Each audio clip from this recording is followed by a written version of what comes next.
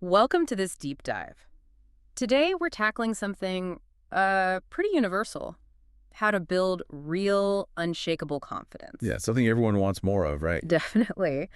But the source material we're digging into today, well, it offers a perspective that might just flip everything you thought you knew about confidence on its head. It really does. We're exploring insights from a specific YouTube video shared by one of our listeners. Uh-huh. And its central argument really challenges that common feeling, Mm-hmm. that you need to feel confident before you can actually do the scary thing. Okay, let's unpack this right away then. The core idea presented is that confidence isn't really an input you need for action. It's more like the output, something you get after you've done the thing. Especially when you didn't feel ready at all. Exactly. It's this powerful reframing. Instead of like waiting to feel confident or just thinking positive thoughts, you build it through the action. The source puts it pretty simply. Your mood follow the plan. Right. Like the difference between just wishing you were fit and actually, lacing up your shoes and hitting the gym. The wishing part doesn't get you anywhere. Not really, no. So our mission today is to really get into this perspective. How do you actually work for confidence according to this material? How do you make your mood follow that plan? Well, the source kicks things off by pushing back against a really common approach. Yeah. Affirmations. Ah, yes, The affirmations. speaker talks about her own experience back in her early 20s. Covered her mirror with things like, I am beautiful, I am strong, I am capable, I am confident. Okay, classic self-help advice. And what happened? Basically nothing. She felt exactly the same. Ah, And the reason she gives is, well, it's crucial. Confidence isn't built by just telling yourself you're something you don't have proof for yet. It's built by keeping promises to yourself, by taking action. Mm.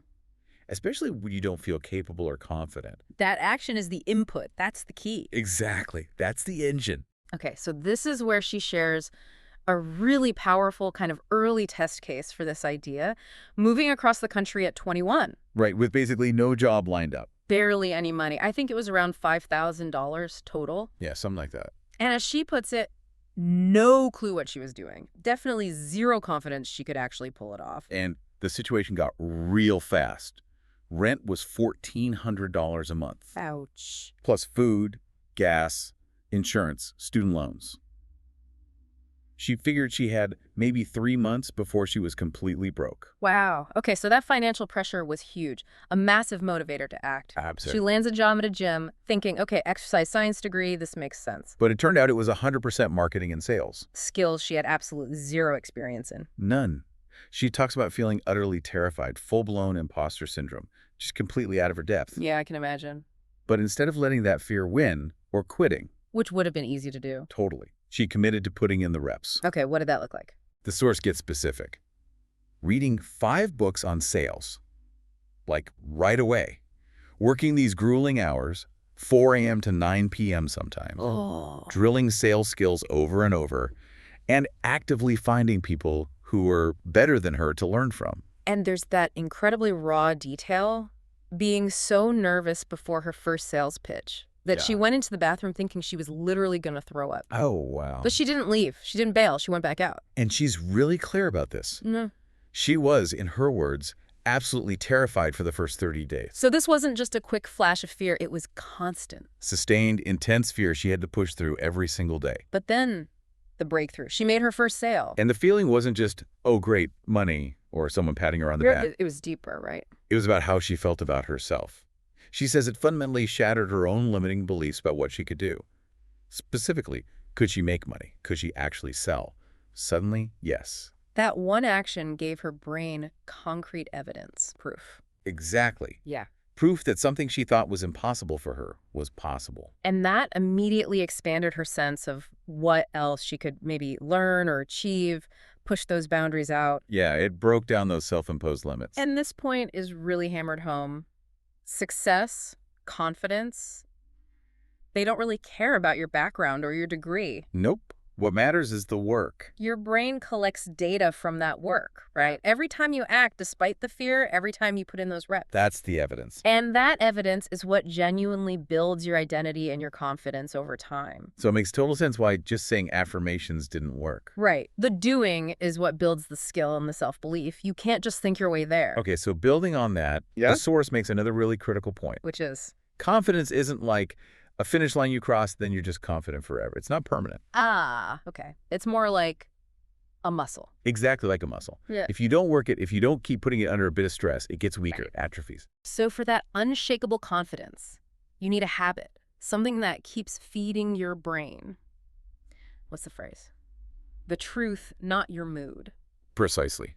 And this is where tracking comes in. Tracking. The example given is wanting to lose 100 pounds. Just hoping for it isn't the strategy. Right. The action is adopting the habits of fit people exercise, eating according to a plan, but the absolutely essential piece, Let me guess. Tracking. tracking it. Yeah. Consistently tracking the activity and the food every single day. Even on the bad days, like days you mess up. Especially then. Even if the diet wasn't perfect or a workout got skipped because of travel, track it. Why? What does that do? Because while you might not see progress day to day, or you might feel like you failed, the tracking lets you see the trend over weeks. That line might wiggle up and down. But the data shows it's generally moving upwards over time. Exactly. The trend is positive. So this highlights that confidence comes from data, not dopamine. Is that the idea? That's the core of it. Our emotional brain, it loves to latch onto the negative. That one bad meal feels huge. Yeah, or the missed workout makes you feel like the whole week was a failure. Right. But the objective data from tracking, it overrides that negative story. Your brain starts to trust the consistent evidence you're feeding it. Okay, that makes sense.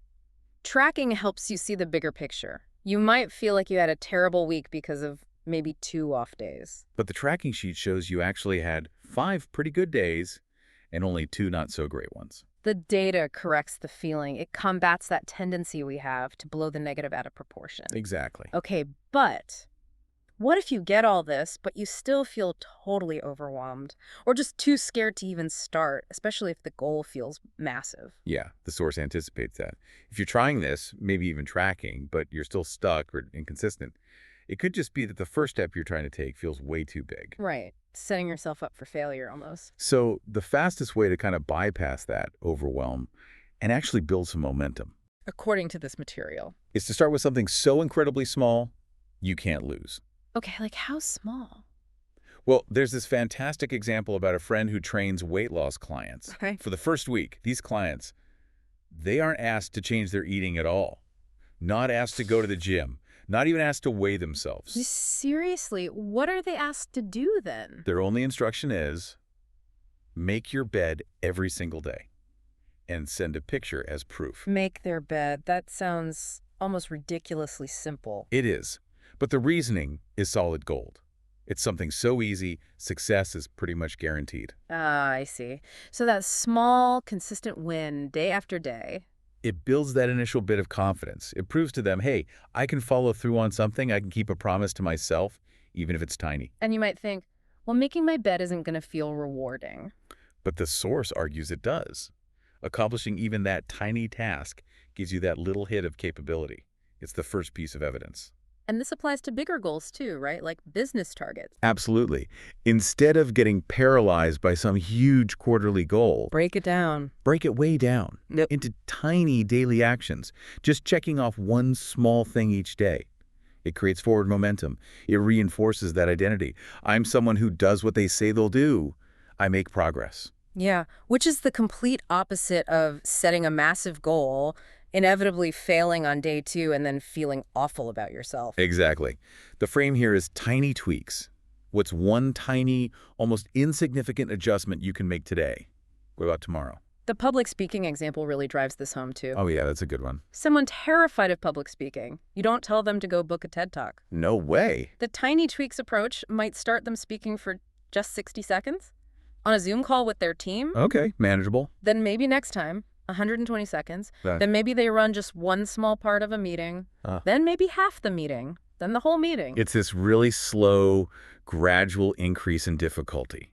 Built entirely on successfully doing the tiny step before attempting the next slightly bigger one. And that process, over time, takes someone from being scared to speak for a minute. To giving presentations to the whole company, maybe eventually speaking at big events. The confidence isn't wished for. It's earned through those consistently executed tiny actions. It builds block by block. Okay, but let's address the elephant in the room. What if you're still stuck? like paralyzed by fear, too scared to even take the tiny first step. Right. The source tackles this head on. There's another fundamental principle here. And that is Emotion follows motion. emotion follows motion. Okay, unpack that. The key isn't trying to get rid of the fear or the discomfort you feel before you act. Because it often doesn't work. Right. The key is choosing to tolerate it, to act anyway while feeling scared. But why do we feel so scared? Fear is totally normal. It's your brain doing its job, basically. It's wired for survival. New things, challenging things. They register as unknown, potentially dangerous. So the brain flags it like, warning, warning. Pretty much. Its job is to keep you safe in your comfort zone. So the source says the thing that's stopping you is the fact that you feel like you must get rid of the fear in order to do the thing. But that's just not how our biology works.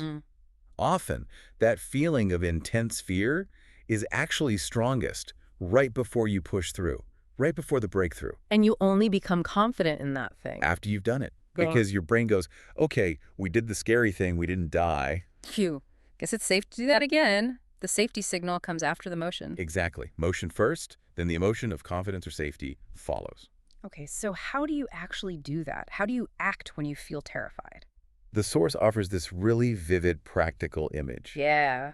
Instead of fighting the fear, trying to meditate it away or affirm it away, imagine just taking that feeling of fear and putting it all in my purse and just taking it with you. Huh. Putting the fear in your purse. I like that. You acknowledge it's there, you feel it, the knots in your stomach, the tight chest. But you just decide to do the thing anyway, with the fear right there beside you. It's like my little friend in my purse, she says. You take it with you to that difficult conversation. You carry it onto the stage. You bring it along when you hit record. So you're not trying to eliminate it, just tolerate it, coexist with it while you act. That's it. This is how you behave your way into confidence. The source even describes the physical symptoms of public speaking fear. You know, dry mouth, sweaty palms, weak knees. Oh, yeah. Heart rate soaring to like 190 BPM. And she points out how those symptoms naturally start to fade within minutes of actually being on stage. Not because the fear magically disappeared beforehand. But because she didn't run. She took the fear with her, she started talking, she acted, and her body eventually got the message. Okay, we're doing this, we're okay. The ultimate point here is so powerful, I think. Yeah. You aren't confident because you magically don't have fear anymore. You become confident because you consistently choose to do things despite the fear. Each time you tolerate that discomfort and act anyway. You build more undeniable evidence for your brain. Eventually, you stack up so much proof. That it becomes almost unreasonable not to be confident in that specific area. Your brain just accepts the data. Exactly. Wow, okay. So this deep dive really gives us a practical, action-first roadmap. Confidence isn't some feeling you have to find first. It's the result of putting in the reps, consistent action. Right. And you build that confidence muscle by tracking your actions, focusing on the data, the actual wins. Which helps override that negative self-talk, that focus on failure. And if you're stuck, start ridiculously small, tiny tweaks.